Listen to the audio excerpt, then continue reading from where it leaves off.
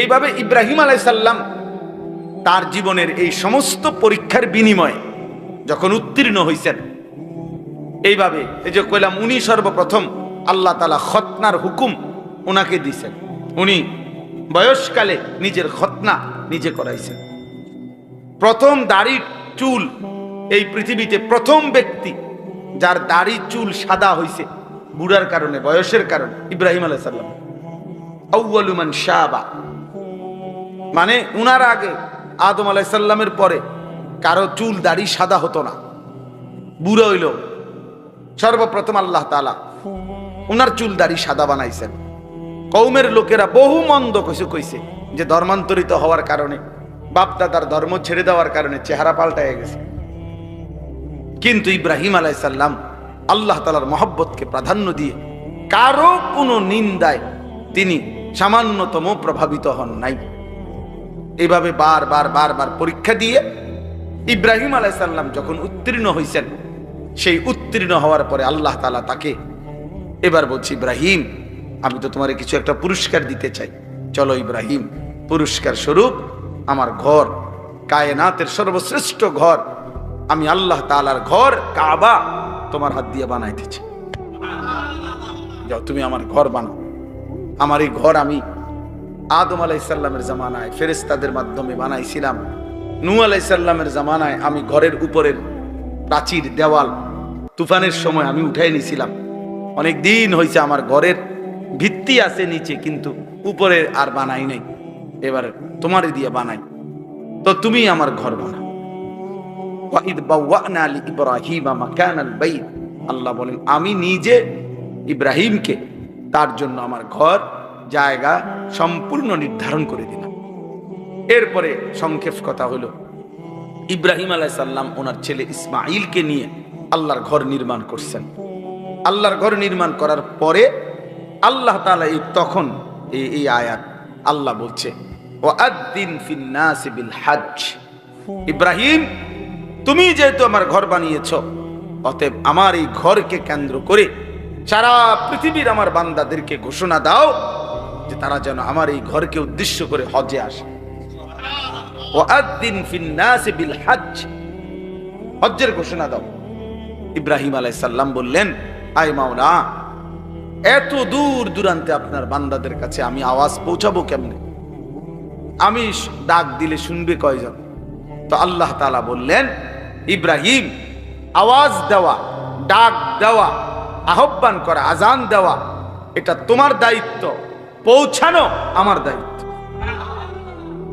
আলাইয়াল বালাগ, আমার দায়িত্ব পৌঁছানো, আমার দায়িত্ব। এই জন্য প্রতিটা মুয়াজ্জিন মসজিদে যিনি আজান দেন, প্রত্যেক মুয়াজ্জিন তাকে যেন আল্লাহ বলে যে আমার ঘরে তুই আজান দাও, তুমি শুধু আওয়াজ বের করো, আমার বান্দার কলিজার মধ্যে কে নামাজি হবে আমি আল্লাহ পৌঁছায় দেব।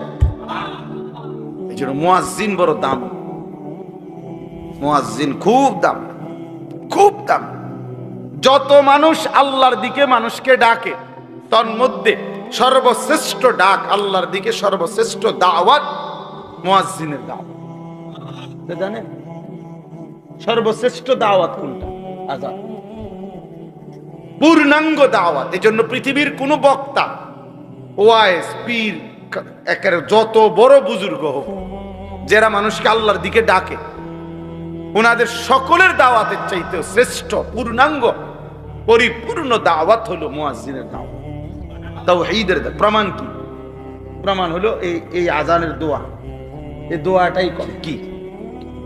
আজানের দোয়া নবীজি বলছেন, আজানের দোয়ার মধ্যেই নবীজি আজানকে বলছেন, আল্লাহুম্মা রাব্বা হাযিহিদ দাওয়াতিত তাম্মা।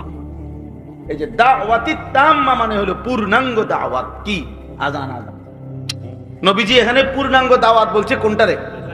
হ্যাঁ, এই জন্য আজান আমাদের দেশে খুব গাফলতি।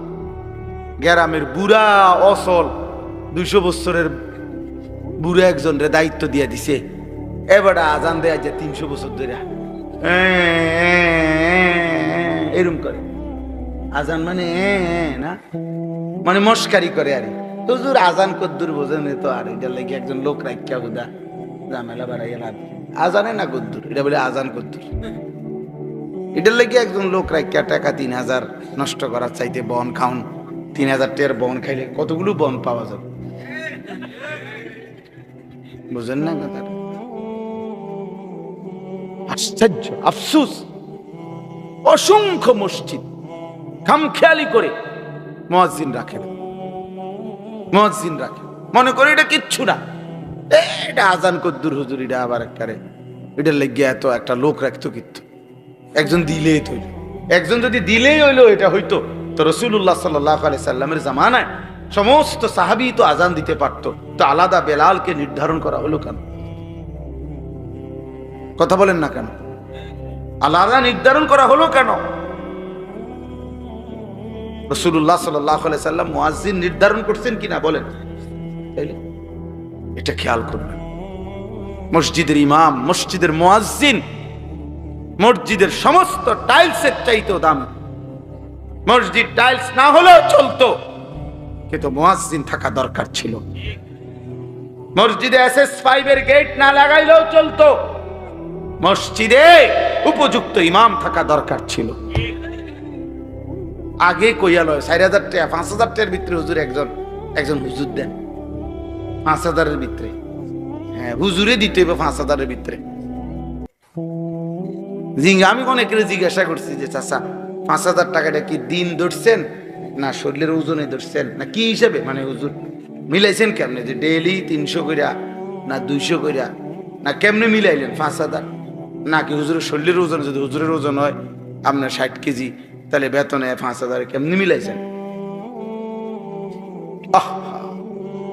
আফসুস, হায় মুসলমান, যদি আখিরাতের কদর বুঝতো, যদি নামাজের প্রয়োজন বুঝতো, যদি প্রয়োজনীয় মাসাইল শিখা, ওযু, নামাজ, গোসল, হালাল হারাম, বাজার ব্যবসা, বিবাহ শাদী, লেনদেনে, যাকাত সাদাকা, ইসলামের বিধান যদি পূর্ণ মানার প্রয়োজন বোধ করত, তো খোদার কসম এই সমাজের ইমাম আর মুয়াজ্জিনই হতো সবচেয়ে বেশি পয়সার বেতনধারী।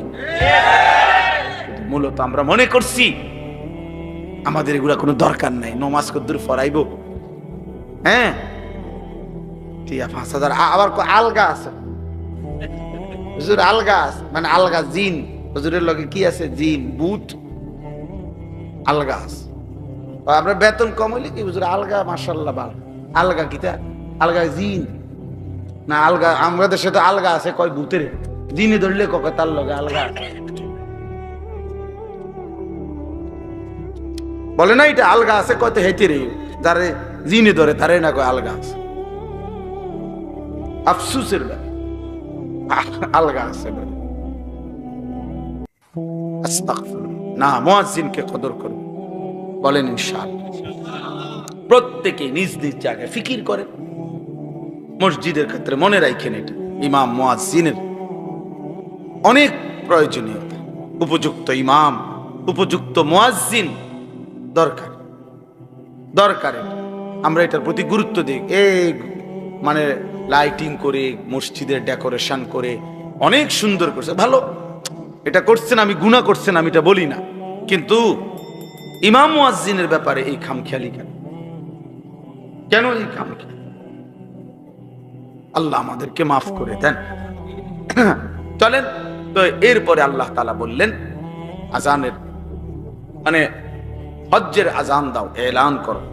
ইব্রাহিম আলাইহিস সালাম কে আল্লাহ বললেন ইয়াতুকা রিজালান ওয়া আলা কুল্লি দামিরিন ইয়াতিনা মিন কুল্লি ফাজ্জিন আমিক। ইব্রাহিম মনে রেখো, তোমার আজকের আজান আমি আল্লাহ তাআলা কিয়ামত পর্যন্ত পৌঁছিয়ে দেব, আর কিয়ামত পর্যন্ত আমার এই ঘরকে কেন্দ্র করে কাছের যারা তারা পায়ে হেঁটে, আর পৃথিবীর দূর দূরান্ত থেকে, প্রতিটা গলি প্রান্ত থেকে, পৃথিবীর শেষ প্রান্ত থেকেও আমার বান্দা তার বাহনে চড়ে আমার এই ঘরের উদ্দেশ্যে আসবে। ইন্তজাম আমি করব, তুমি শুধু আজান দিয়ে দাও। আজকে আলহামদুলিল্লাহ সারা পৃথিবী ব্যাপী, আজও সারা পৃথিবীর ইমানদার, পৃথিবীর শেষ প্রান্তের মোমেনের কলিজার ভিতরেও আল্লাহর ঘর জিয়ারতের আকাঙ্ক্ষা। যে দিলে আল্লাহর ঘর জিয়ারতের আকাঙ্ক্ষা নাই, এই হজ্জের মাস দেখে এটা বললাম, যেই কলিজার মধ্যে আল্লাহর ঘর জিয়ারতের আগ্রহ জাগে না, কাবার ওই কালো গিলাফ যে দেখে নাই। আমি সব সময় বলি বাবা, ছেলেরা তোমাদেরকেও শুনো ভাইয়া, কালো ওই গিলাফ, কাবার ওই কালো ঘর, কালো গিলাফ, আল্লাহর ঘরের সৌন্দর্য যে দেখে নাই, যে চোখ, মদিনার রওজা সবুজ গম্বুজ যে চোখ দেখে নাই, আমি সব সময় বলি ওই চোখ কিছুই দেখে নাই। আরে বেটা তুই কিছুই দেখোস নাই বেটা, কালো গিলাফের সৌন্দর্যই দেখলা না, সবুজ গম্বুজের সৌন্দর্যই দেখলা না, মদিনার রওজায় দাঁড়াইবার আগ্রহই জাগলো না। তোমার তো দিলে নাই বেটা, তোমার তো কোনো কলজাই নাই বেটা। এজন্য প্রত্যেকের কলিজার ভিতরে এটা থাকা উচিত। আফসুসের ব্যাপার, 3টা ছেলে বিদেশ পাঠাইছে, 3,3,12,36 লাখ টাকার ব্যবস্থা হয়েছে, বাড়িতে এখন বিল্ডিং করছে, বিল্ডিং বাবদ 20 লাখ টাকা খরচ হয়েছে, রাস্তার লগে জমি কিনছে, জমিগুলোর টাকা সব ব্যবস্থা হয়েছে, সব কিছু ব্যবস্থা হয়েছে। কিন্তু বুড়া এমন ডাকাত, 60 বছর বয়সও জিগাইলে হজ করতেন না, না এদিকে আর আমগো কাম নেই, সংসার করতে করতে তো জীবন শেষ, সংসার করতে করতে জীবন শেষ, বুঝলেন না? এখানের 6 লাখ টাকা আর কোনোদিন ব্যবস্থা হয় না, কিন্তু 8 দিনের ভিতরে ভিসা নইলে ক্যান্সেল হয়ে যাবে 12 লাখ টাকা। আল্লাহু আকবার, বুড়ার শৈলী আলগা বর করে, ঠিকই 12 লাখ টাকা উনি 2 দিন আগেই কি করে ফেলে, অত সহজের টাকা হয় না। আল্লাহর ঘর জিয়ারতের স্বপ্ন জাগে না, আল্লাহর ঘর জিয়ারত। রাসূলুল্লাহ সাল্লাল্লাহু আলাইহি ওয়াসাল্লাম বলেন, পরিষ্কার হাদিস, যার উপরে হজ ফরজ হলো অথচ হজ না করে মরে গেল, কসম আল্লাহ, নবীজি বলে আমি জানি না এটা হয় ইহুদি মরলো নয় খ্রিস্টান, মুসলমান মরলো না। অতএব এইটাই আমার শেষ কথা, দয়া করে ভাবতে শিখেন।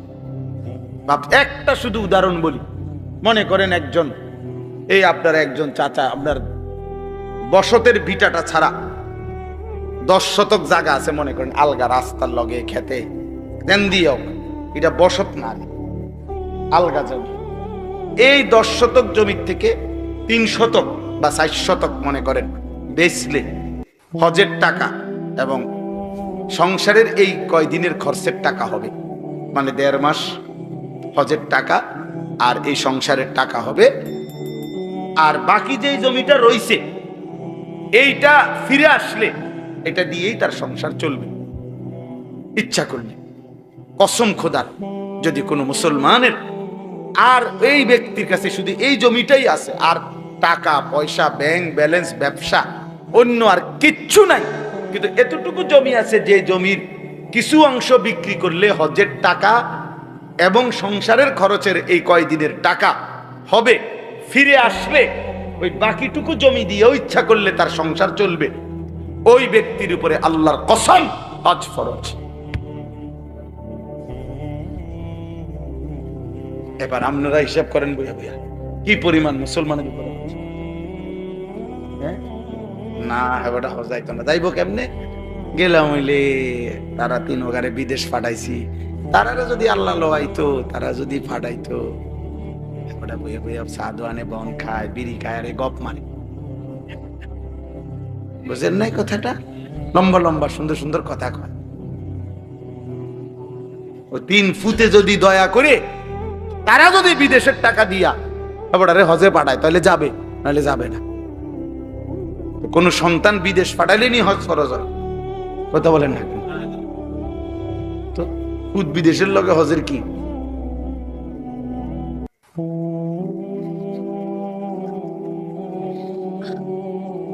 আল্লাহ আমাদেরকে মাফ করে দেন। এজন্য বারবার বলতেছি, হজ্জের এই মাসে, এটা আমার এই দ্বিতীয় শেষ কথা, এটাই, হজের এই পবিত্র মাসে আল্লাহর বান্দারা ছুটছে। ইতিমধ্যে আল্লাহর বান্দারা প্রতিদিন ফ্লাইট হইতেছে, আল্লাহ চাহে তো আমরাও যাবো ইনশাআল্লাহ। এই জন্য আমি সবার জন্য দোয়া করি। আমার ড্রাইভার, আমার সাথে আমার একটা ছেলে থাকে, ওরারে বলছি 200 টাকা করে জমাও, নিজে বলছি আমি, আপনি জিজ্ঞাসা করে দেখেন আমি বলছি 200 টাকা করে জমাও, 200 টাকা। তুমি পুরা টাকা মিলাই তারতা না, রব মিলাবে, রব তোমার দিল চাইবে, ঠিকই ব্যবস্থা হয়ে যাবে, ঠিকই ব্যবস্থা হয়ে যাবে। আপনি আলাদা করেন। এ কিশোর যুবক ভাই, তোমরাও 100 বার 1000 কোটি বার কক্সবাজার দেখা আর 1000 কোটি বার পৃথিবীর দর্শনীয় স্থানগুলো দেখার চাইতে মালিকের ওই কাবার গিলাফ দেখা একবার কোটি গুণে শ্রেষ্ঠ। তুমি এটা আন্দাজই করতে পারবা না ওই ঘর দেখার স্বাদ কেমন, ওই ঘর দেখার মজা কেমন। এজন্য দয়া করে রাসূলুল্লাহ সাল্লাল্লাহু আলাইহি সাল্লামের রওজায়ে আতহারে যাওয়া তার চাইতে বড় সৌভাগ্য কি? আমি প্রথম যে বছর নবীজির রওজায় সামনে দাঁড়াইছি, তো আমি তাকাইয়ে রইছি আর কাঁদতেছিলাম আর বলতেছিলাম যে হায় রাসূল, সেই ছোট্টবেলা থেকে কতবার আপনার নাম নিলাম, কত কিতাব পড়লাম, কতভাবে আপনার নাম বললাম, আর আপনি এখানে, আপনি এখানে। এজন্য আমরা প্রত্যেকে ইনশাআল্লাহ আল্লাহর ঘর জিয়ারতের স্বপ্ন দেখব ইনশাআল্লাহ। মালিকের ঘর যুগ যুগান্তের মুমিনের জীবনের একটা সাধনা, স্বপ্ন। আমি আমার রবের ঘর দেখি। এর টাকার হিসাব কি? আমার শায়েখ আল্লামা মুফতি মুশতাকুন নবী সাহেব প্রতি বছর, আমি মনে হয় 20 বছর ধরে দেখি ওনারে সব সময় হজ্জে যায়, উমরায় যায়। আমি একবার ওনারে জিজ্ঞাসা করছি যে হুজুর, এই পর্যন্ত আপনি কয়বার হজ করছেন, হজ উমরা করছেন কয়বার? হুজুরে এক সুন্দর কথা বলছে, মাওলানা শ্বশুর বাড়িতে মানুষে কয়বার যায় গুণানি যায়, শ্বশুর বাড়িতে কি গুণিনি যায়? বললেন তো মানে অর্থ হইল যে মাওলানা হজ্জের সফর ভালোবাসার সফর। কিসের সফর? ভালোবাসার সফর। এ তো প্রেমের সফর, এ তো মহব্বতের সফর। অতএব ভালোবাসার সফরে আবার হিসাব কি, কয়বার গেছি এই হিসাবের তো বিষয় না, মালিকের ঘরে বারবার যাইতে পারা এটাই তো বড় বিষয়।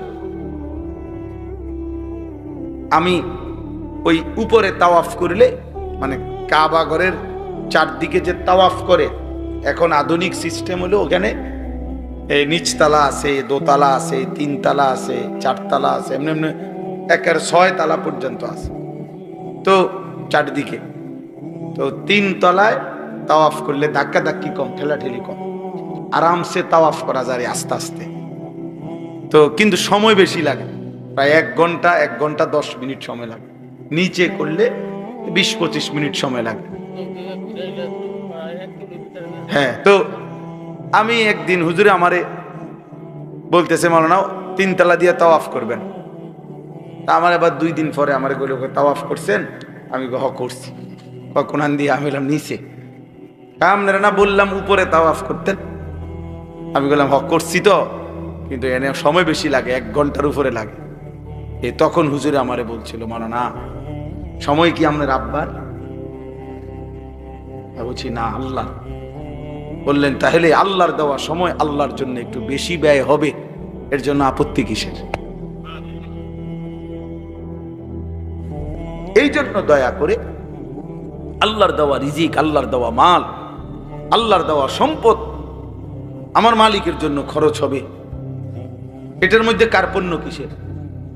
আর আল্লাহর নবী সাল্লাল্লাহু আলাইহি ওয়াসাল্লাম বলছেন মা আমআরা হাজ্জুন কাত্তু, এই শেষ কথা বলবেন নবীজি বলছেন, আল্লাহর কসম নবী বলছেন, কোন হাজী হজের জন্য উমরার জন্য আল্লাহর পথে এই হজ উমরার সফরে খরচ করে নবীজি বলছেন কখনোই গরিব হবে না।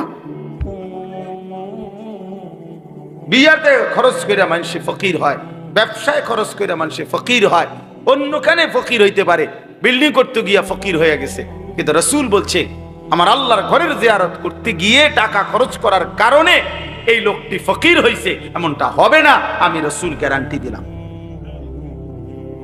আল্লাহ আমাদের প্রত্যেককে আল্লাহর ঘর জিয়ারতের তৌফিক দান করেন। একটা জরুরি কথা রয়েছে না, জি জি, ছোট্ট একটা কথা, 2টা মিনিট মেহেরবানি করে। যে মসজিদের উদ্যোগে মাহফিল, মসজিদের অনেকগুলো কাজ বাকি আছে, আপনারা প্রত্যেকেই একটু পকেটে হাত দিলে দয়া করে, রাত অনেক হয়েছে, আপনাদেরও কষ্ট হবে, আমরারও কষ্ট হবে, এজন্য মহব্বত করে মসজিদের জন্য একটু সহযোগিতা করেন। আর যদি কেউ বলেন পরে দিবেন, তো সেটাও বলে রাখেন, আপনারটা আপনি পৌঁছাইয়েন। আর এখন যারা দিবেন, দয়া করে প্রত্যেকে ভালোবেসে মহব্বতে আল্লাহর ঘরের জন্য একটু দান করেন। 2-4 জন বুঝের ভাই দাঁড়াইয়া নেন। আর যদি কেউ বলেন পরে দিবেন, তো সেটাও বলে রাখেন যে আমরা শুনে রাখলাম, তাইলে ইনশাআল্লাহ পরে পৌঁছায় দিবেন। তাও স্বেচ্ছাসেবক ভাই যাও, মনে মনে সূরা ফাতিহা একবার, 3 বার কুল হুয়াল্লাহু আহাদ পড়ে।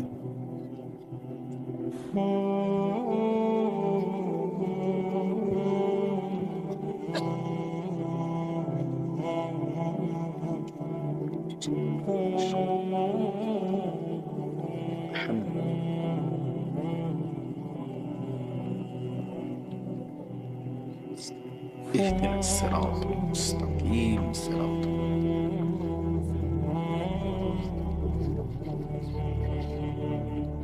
قل هو الله احد